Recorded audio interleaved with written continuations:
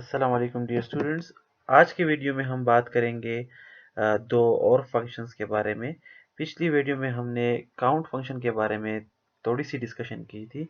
आज हम इसी काउंट और काउंट एफ फंक्शन के बारे में बात करेंगे कि काउंट एफ फंक्शन हम किन केसेस में यूज़ कर सकते हैं। इसको बेहतर तरीके से जानने के लिए मैंने ये एग्जांपल डिज़ाइन किया हुआ है। इसमें आप देख सकते हैं कि आपके पास 15 सेल्समैन है और फिर 1 साल का डेटा है जिसमें आपने हर महीने में हर एक सेलमैन का सेल्स दिए हुए हैं कि एक सेलमैन ने एक महीने में कितने सेल्स किए हैं। जैसे कि आप देख सकते हैं सेल्समैन फर्स्ट ने जनवरी 2005 में 100 रुपीज़ सेल किए हैं, फरवरी 2005 में 158 रुपीज़ सेल्स किए हैं, मार्च में 165 रुपीज़ सेल्स किए हैं। इसी तरह से सेल्समैन 2, सेल्समैन 3 और फिर सेल्समैन 15। अब अगर आप ये देखना चाहते हैं कि हर एक सेलमैन ने कितने महीने काम किया है तो इसको हम सिंपली काउंट से कर सकते हैं। जैसे कि यहाँ पे मैंने लिखा है कि हमें चाहिए टोटल मंथ्स, या फिर हमें चाहिए एवरेज परफॉर्मेंस, या फिर हमें चाहिए आउटस्टैंडिंग परफॉर्मेंस। तो टोटल मंथ्स का मकसद है कि एक सेल्समैन ने कितने महीने काम किया है।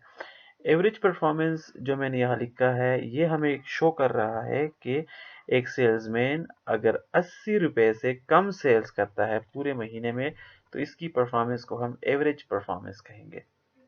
या फिर अगर एक सेल्समैन मेहनत करता है और वो 80 से ऊपर जाता है तो इसको हम आउटस्टैंडिंग परफॉर्मेंस कहेंगे। अब देखते हैं कि ये हम कैसे फाइंड आउट कर सकते हैं कि एक सेल्समैन ने पूरे साल में आउटस्टैंडिंग परफॉर्मेंस कितने महीने में की है और एवरेज परफॉर्मेंस कितने महीने में दी है। तो मैन्युअली अगर आप करते हैं तो जाहिर है यहाँ आके आप इस डेटा को मैन्युअली काउंट करते हैं कि कितने महीनों में उन्होंने 80 से कम या फिर 80 से ज़्यादा सेल किया है। एक्सेल में हम ये कर सकते हैं। सबसे पहले हम ये देखते हैं कि पूरा काम कितना किया है, तो ये हम कर सकते हैं काउंट फंक्शन के जरिए। अब ये देखिए ऊपर वाला डेटा, इसको मैं कॉपी करता हूँ, इसको नीचे पेस्ट कर देता हूँ ताकि दूसरे एग्जांपल से हम ऐसे ही डेटा अपने लिए बना सके। अब ये देखिए वही 15 सेल्समैन है और उनके पूरे साल का डेटा है। अब हम देखते हैं कि हर एक सेलमैन ने इस साल में कितने माह काम किया है। तो ये करने के लिए हम लिखेंगे is equal to count COUNT function लिखेंगे, इसको सेलेक्ट करेंगे और फिर इसमें हम देंगे कि हमें कौन सा रेंज चाहिए। जैसे कि अगर मैं ये रेंज सेलेक्ट करता हूँ तो मुझे ये चाहिए कि सेलमैन 1 ने पूरे साल में कितना काम किया है।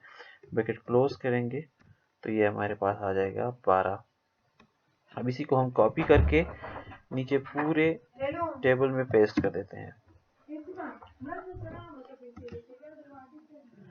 अब जो दूसरा इम्पोर्टेंट टास्क था वो ये था कि एवरेज परफॉर्मेंस कितने महीनों में रही है। अगर एक सेलमैन ने 80 से कम सेल किया है तो ये उसकी एवरेज परफॉर्मेंस काउंट होगी।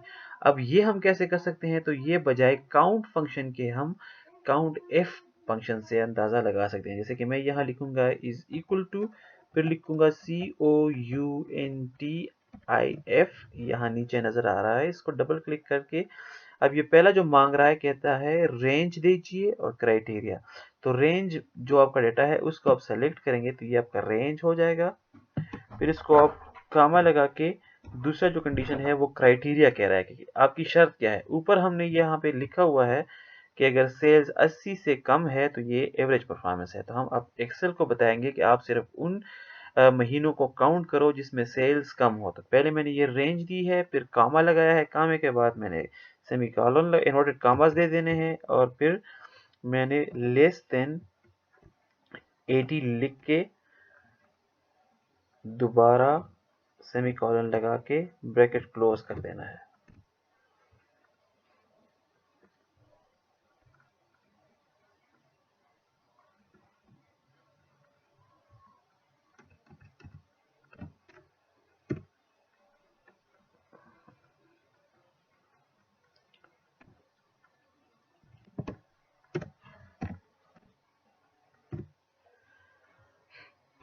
अब दोबारा देखते हैं।